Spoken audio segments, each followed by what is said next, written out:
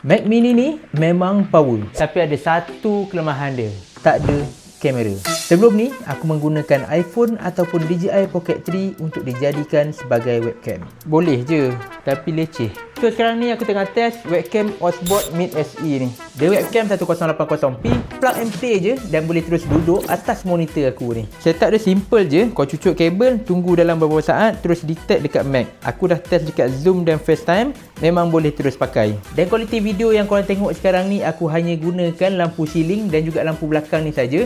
Tak ada apa-apa lighting di depan aku ni. Inilah kualiti dia. Dan kualiti video yang korang tengok sekarang ni adalah selepas aku tutup lampu ceiling dan aku gunakan lighting yang biasa aku shoot content. Webcam ni juga disertakan sekali dengan mic, dan audio yang korang dengar sekarang ni adalah daripada mic Osbot Mid SE ni. Satu lagi, dia ada app sendiri, Osbot Center. Dekat sini kau boleh adjust setting kamera, framing dan beberapa kawalan webcam.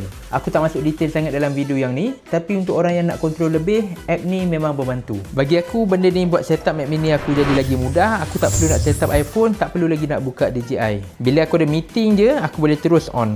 Tapi jujur aku cakap, dia punya autofocus dia adalah nampak sedikit delay.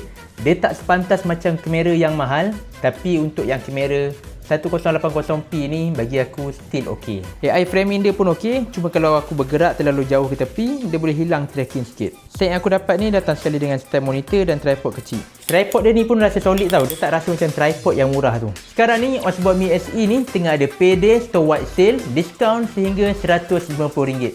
So link aku dah letak dekat bawah.